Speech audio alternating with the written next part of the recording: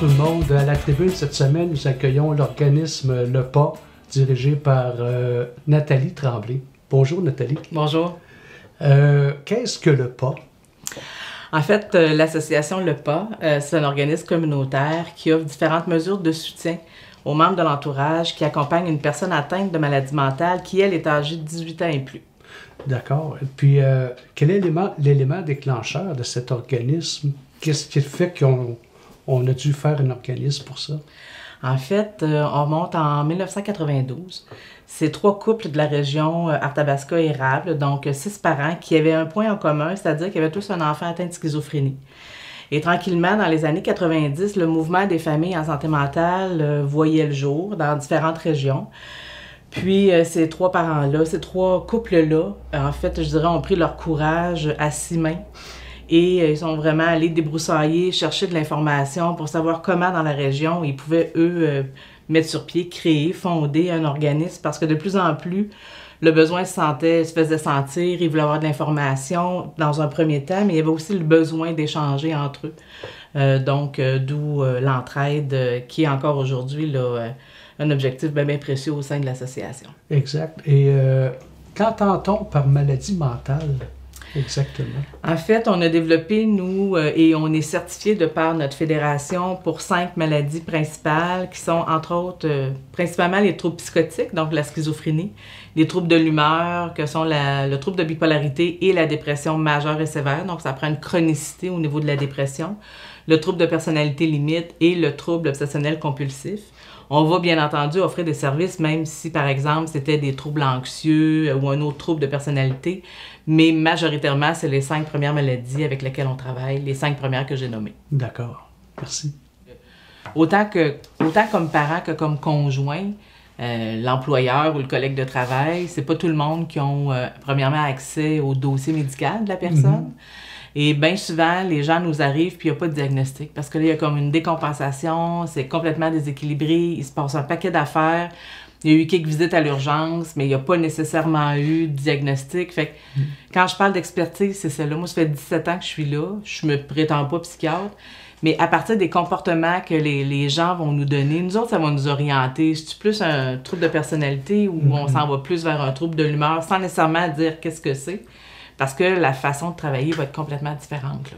Okay. Fait qu'à partir de ces éléments-là, nous autres, ça nous donne une piste. Avant, est-ce que c'était le gouvernement qui prenait soin des gens ou... En fait, si on remonte à l'époque, c'était beaucoup les CLSC.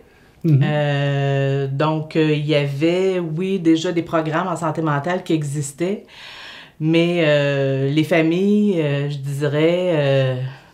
selon leur capacité à défoncer les portes, je vais dire ça comme ça, pour aller chercher de l'aide, pour avoir de l'information aussi concernant leur proche qui est atteint, parce que nous, on travaille avec la personne qui est âgée de 18 ans et plus.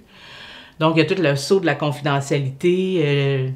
Les parents ont souvent pas accessible au dossier médical. Donc, dépendamment, je dirais, de la personnalité de ces membres d'entourage-là, certains arrivaient à avoir un peu d'informations, mais c'est pour ça que le besoin, justement, tranquillement, se faisait sentir pour qu'il y ait des services qui, justement, voient le jour pour les membres de l'entourage. D'accord. Et mais quelle sorte d'aide ou de support qu'offrez-vous comme, je veux dire, qui bénéficie directement de votre organisme? Les enfants ou les parents? Ou, Bien, l'expression membre de l'entourage vient vraiment toucher à tout l'entourage de la personne atteinte de maladie mentale. Donc oui, on fait référence aux parents, aux pères, aux mères, mais on fait référence aussi aux conjoints. Aux conjointes, on fait référence à la fratrie, donc les frères, les sœurs, les amis, les colocataires, les employeurs, les collègues de travail, mais les enfants aussi. Donc, dès l'âge de 5 ans, nous, on offre, c'est tout nouveau, depuis 1 an, on offre des services via des ateliers spécifiques pour les jeunes de 5 à 12 ans, mais on offre aussi des rencontres en individuel pour les mineurs, là, donc de 5 à 120 ans, 150 ans. Bref, l'important, c'est que la personne soit un membre de l'entourage qui gravite autour de la personne qui est atteinte de maladie mentale. Vous savez, hein, les recherches le disent, hein, dépendamment des lectures, 1 personne sur 4 ou une personne sur 5 va développer un trouble de santé mentale au cours de sa vie. Mais c'est 4 personnes sur 5 qui vont faire partie de l'entourage de cette personne-là. Donc, on ne manque pas de travail, malheureusement. Donc, c'est une forme de support que vous apportez directement aux parents proches? En fait, au fil des années, les services ont vraiment connu, je dirais, une propagation. Ont vraiment grandi, je dirais. Donc maintenant, on offre quand même une gamme de 6 services. Ça va bien au-delà du soutien. Donc, il y a d'abord tout le volet psychosocial, donc via nos intervenantes qui sont diplômées, bachelières ou éducatrices spécialisées. Les membres de l'entourage vont pouvoir, dans un premier temps, venir les rencontrer et avec eux, il va y avoir une évaluation des besoins. Donc, est-ce que c'est un besoin qui se situe principalement au niveau, je ne sais pas moi, d'information au niveau d'une maladie spécifique? Est-ce que c'est davantage l'explication au niveau de la loi en santé mentale, au niveau de la pharmacologie? Comment fonctionne le système? Comment on entre en contact avec l'équipe traitante, les psychiatres? Et avec un suivi moyen terme, court terme, en fait, on va travailler sur des objectifs particuliers que les membres de l'entourage souhaitent travailler. On peut parler, entre autres, de comment mettre des limites, comment dire non, comment améliorer la communication, comment prendre soin de soi. Bref, on va évaluer le besoin du membre de l'entourage. Et là, on va y offrir des services en individuel si c'est ce qui est le mieux approprié. Sinon, il y a tout le volet groupe. On a des différents types de groupes. On a des groupes de soutien. Les groupes de soutien, eux, sont animés par les intervenantes. Donc, ce sont des gens, je dirais, qui sont assez, pas nécessairement jeunes en âge, mais jeunes dans la situation qui est vécue. Donc, ils arrivent, c'est leurs premières expériences. Ils ont encore des notions théoriques à comprendre, mais ils ont ce besoin-là de briser l'isolement, puis déjà de se regrouper pour pouvoir partager, mais ils ont besoin d'un accompagnement professionnel. Donc, il y a des groupes de soutien qui existent. Il y a ensuite des groupes d'entraide. Donc, quand les gens ont eu un suivi en individuel, ont eu accès à un groupe de soutien, quand ils adhèrent au groupe d'entraide, je les nomme un peu, je dis souvent qu'ils sont devenus à ce moment-là les spécialistes de leur propre histoire. Donc, ils connaissent bien les symptômes, ils connaissent bien le système, comment tout fonctionne, mais il y a encore ce besoin-là de rester dans un groupe. Donc là, il y a des sujets, il y a des thèmes, justement, au niveau de la personne, de la personnalité, qui sont discutés durant ce groupe-là. Et c'est animé par une bénévole qui, elle, a des aptitudes, bien entendu, mais qui a aussi de l'intérêt, qui a suivi des formations. Et là, on est vraiment dans de l'entraide pure, il n'y a pas d'intervenant. Donc, les gens solutionnent leurs difficultés à travers les expériences qui sont vécues autour de la table. Il y a différents groupes, d'autres groupes aussi, des groupes de marche l'été. Il peut y avoir des groupes de grands-parents. Il y en a un cet hiver. Ça peut être un groupe conjoint. Donc, on y va vraiment selon le besoin, mais le groupe de soutien, groupe d'entraide, groupe de marche, eux sont vraiment disponibles là, à chaque année. Ensuite de ça vient tout le volet d'information. Donc, on offre, nous, du mois de septembre au mois de mars, des cafés-rencontres. Ils ont toujours lieu le 3e dimanche du mois. Que voulez-vous? Et c'est le service le plus ancien. Quand le PA a été créé, un des premiers services qui a été mis sur pied, c'est les cafés-rencontres. Et ce service-là existe encore aujourd'hui. Donc, c'est une personne ressource qui va être invitée. Ça peut être un psychiatre, ça peut être un travailleur social, ça peut être un conférencier, mais c'est toujours un sujet qui va venir toucher les membres de l'entourage. Et ça permet justement, oui, de l'information, mais ça permet aussi l'échange. Puis il y a quand même certaines notions qui peuvent être apprises aussi via les cafés-rencontres. Au niveau du volet information, on est très présents, nous autres, au niveau des réseaux sociaux, parce que ce qu'on voit en 2019, c'est pas facile de rejoindre les plus jeunes. Hein? Les 18-35 ans, c'est difficile d'entrer en contact avec eux. Leur façon de demander de l'aide est différente aussi. Donc, je vous dirais que le PA est vraiment présent au niveau Facebook, au niveau d'Instagram aussi. Notre site Internet est assez, je dirais, bien équipé, on va dire ça comme ça. Donc, ça, c'est plus le volet information.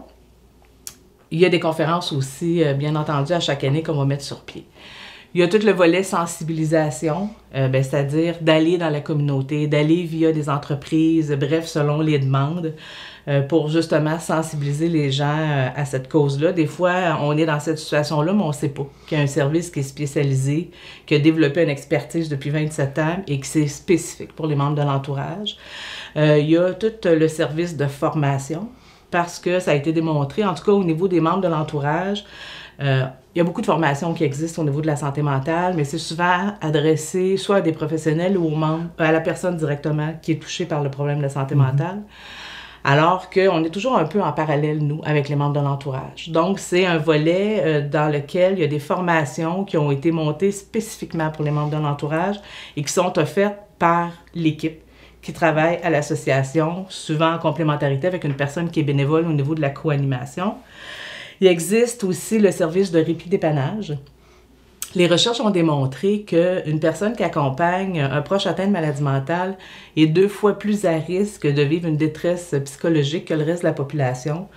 Donc, le besoin a été démontré, c'est bien évident. Donc, il y a un service qui s'appelle le répit-dépannage qui sert exclusivement, je dirais, à diminuer le risque de détresse psychologique. Donc, comment les gens peuvent prendre soin d'eux. Avec des outils financiers aussi pour qu'ils puissent se le permettre. Et tout récemment, depuis 1 an, il y a le volet jeunesse que j'expliquais tout à l'heure. Donc, à partir de 5 à 12 ans, il y a entre autres les ateliers via le programme Arbre en cœur. Qu'est-ce que c'est le programme Arbre en cœur? C'est que là aussi, ça a été démontré que de travailler en prévention au niveau de la santé mentale, on sait aussi que l'anxiété peut faire des dommages épouvantables à l'âge adulte, mais ça commence tôt.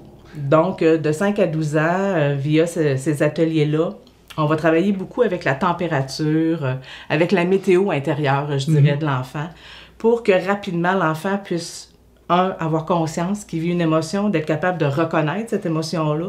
Est-ce que c'est un orage? Est-ce que c'est du soleil? Est-ce que c'est une tempête? Vous voyez un peu le topo. Oui. Et rapidement, développer des outils permettre à l'enfant de développer des outils pour qu'il apprenne à gérer cette anxiété-là dans un premier temps. Mais aussi cibler une personne significative dans son entourage vers qui il va pouvoir se tourner s'il a besoin de sécurité, s'il a besoin d'informations, mais de savoir que c'est la bonne information s'il se dirige vers cette personne-là. Et il y a naturellement, comme je le disais, des rencontres psychosociales, là, des interventions, je dirais, 1 à 1, avec soit ces enfants-là, parce que les ateliers, il n'y a pas nécessairement toujours un groupe qui est en fonction. Donc, on offre de l'individuel là, à partir de 5-6 ans. Puis à l'adolescence, principalement aussi, c'est davantage en individuel. Fait que ça fait le tour, je dirais, des services qui ont, ma foi, vraiment, qui se sont développés vraiment au niveau des années. Mais, tu sais, les organismes communautaires, c'était ça, hein. Au début, c'était du bénévolat, c'était des gens avec, je dirais, plein de courage, qui avaient une cause à cœur, puis qui mettaient tout leur temps, toute leur énergie. Avec les années, les gens, maintenant, c'est des salariés qui sont là et, maintenant, c'est des gens qui ont des diplômes, qui ont étudié, puis qui travaillent en relation d'aide. Exact. Puis c'est tellement large tout ce que vous faites. Et puis évidemment, lorsqu'on est atteint d'une certaine maladie, on a besoin d'en savoir plus à propos. Puis surtout pour les gens autour aussi. Et ça nous sort de l'isolement en même temps. Et puis ça nous aide à mieux comprendre tout ce qui se passe autour de tout ça. C'est vraiment extraordinaire. Et pour amasser des fonds, que faites-vous? Je dirais que c'est malheureusement pas facile, comme la majorité des organismes communautaires. On est plusieurs à approcher souvent les mêmes entrepreneurs ou les mêmes commerces. Comme nous, on est subventionné via la santé services sociaux. Donc, de par cette entente-là, on doit démontrer qu'on va chercher un pourcentage de revenus autres via la communauté. Je vous dirais qu'avec des petites équipes, c'est difficile parce qu'on sait que si on veut réussir à ramasser des sommes importantes, ça demande du temps. Quand on est 2 ou 3 dans une équipe, c'est rarement réaliste de penser qu'on peut en arriver à des activités de cette envergure-là. Mais somme toute, je dirais qu'on tire quand même bien notre épingle du jeu, de par notre clientèle déjà en partant. Les organismes communautaires sont souvent reconnus comme des organismes pauvres, alors que nous, notre clientèle, comme c'est des membres de l'entourage, c'est pas nécessairement eux qui se retrouvent sous le seuil de la pauvreté, donc c'est plus facile, je dirais, au niveau du financement, directement avec ces personnes-là, avec notre clientèle. C'est beaucoup au niveau des commerces, des commerçants. Puis, je vous dirais que dernièrement, je ne sais pas si vous en avez entendu parler, mais il y a la Fondation communautaire d'Arthabasca qui a été, je dirais, réalimentée parce qu'elle était quand même un peu sur pause pendant plusieurs années et le PA fait partie de la Fondation, ce qui permet à plusieurs organismes de se rassembler et de faire des activités d'autofinancement d'envergure plus importante, Ce qui fait que c'est plus facile de travailler à 10, 12, 11, 20 organismes, d'aller chercher, des activités comme de plus grande envergure qui vont rapporter davantage que d'être tout seul dans un organisme à 2, 3 salariés pour essayer de faire le même genre d'activité. Exact. Donc, grosso modo, et bien entendu, il y a les dons. Ça paraît pas, mais à chaque année, on reçoit quand même une partie, je dirais, des sous qui fait que le PA peut continuer à vivre via les dons qui sont faits directement à l'organisme. Oui, puis ça, c'est extraordinaire parce que même un organisme peut se retrouver à s'isoler si on est juste 2, 3 à organiser tout ça. Alors, on doit faire partie d'une équipe plus grande encore pour attirer l'attention quelque part. Hein. Et des fois, il nous tombe des cadeaux du ciel aussi. Il faut le mentionner, là. Entre autres, le calendrier des personnalités d'affaires de la région d'Arthabasca. À chaque année, choisissent une cause. Et cette année, c'était la santé mentale. Puis, par un heureux hasard, l'association Le Pas et le groupe d'entraide L'Entrain, qui travaillent aussi en santé mentale, ont été retenus comme organismes bénéficiaires des fonds. Fait que vraiment, c'est pas quelque chose qui arrive à chaque année, mais c'est quelque chose qu'on voit de plus en plus au niveau des projets spécifiques, une cause qui est mise de l'avant, puis bref, on saisit à bras grands ouverts, je dirais, c'est... Évidemment. Oui, ces moments-là, en tout cas, ces opportunités-là. Et comment pouvons-nous participer à votre organisme? Bien, en fait, comme télévision communautaire, je dirais au niveau de la promotion des services... En même temps, je tiens quand même à dire que pour notre organisme, les gens, quand ils arrivent chez nous, ils nous disent régulièrement « Ah oui, la psychiatrie ou un travailleur social ou un psychiatre, ah oui, ça fait 2-3 ans que j'ai votre numéro de téléphone, mais j'attendais. » Fait que je me dis, plus les gens vont entendre parler qu'il y a des services qui existent expressément pour eux, parce que nous, on ne rencontre jamais la personne à tête. On travaille vraiment uniquement avec les membres de l'entourage. Donc, je me dis, à force de se le faire répéter, mais de voir des visages aussi.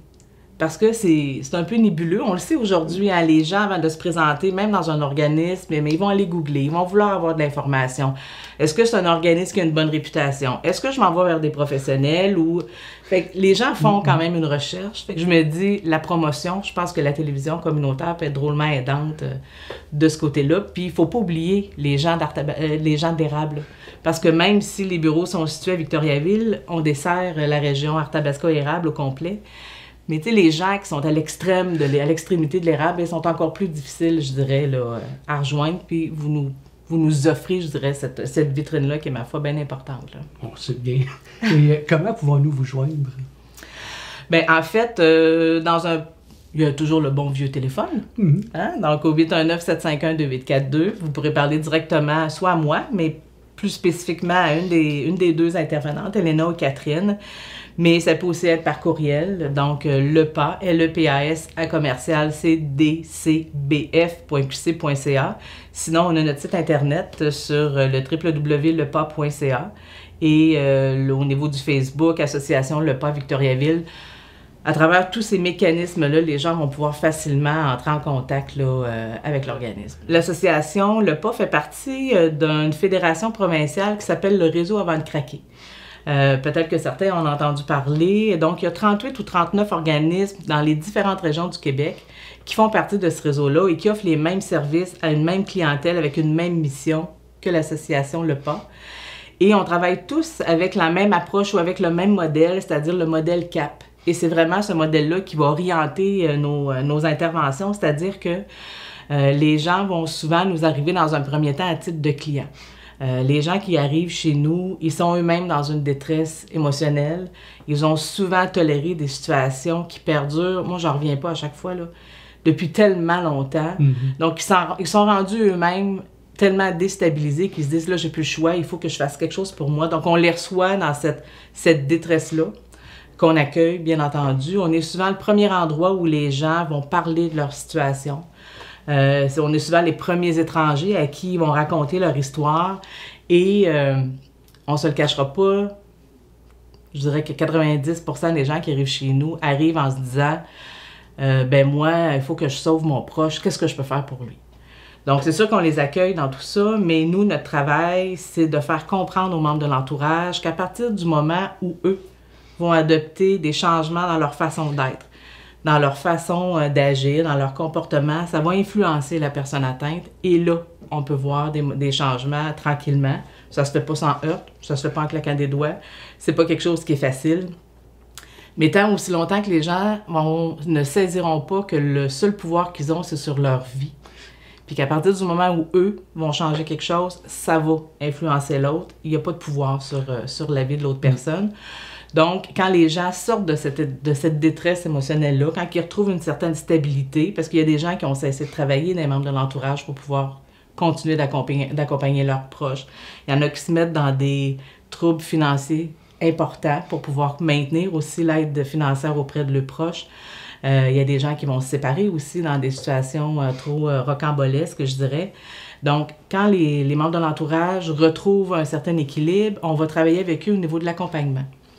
Parce que, comme membres de l'entourage, ils peuvent être des accompagnateurs et c'est démontré là aussi à travers les recherches que plus le membre de l'entourage va s'impliquer dans le rétablissement de la personne atteinte, moins la personne atteinte va vivre de rechute et plus son rétablissement à elle comme personne atteinte va durer dans le temps, ce qui est pas...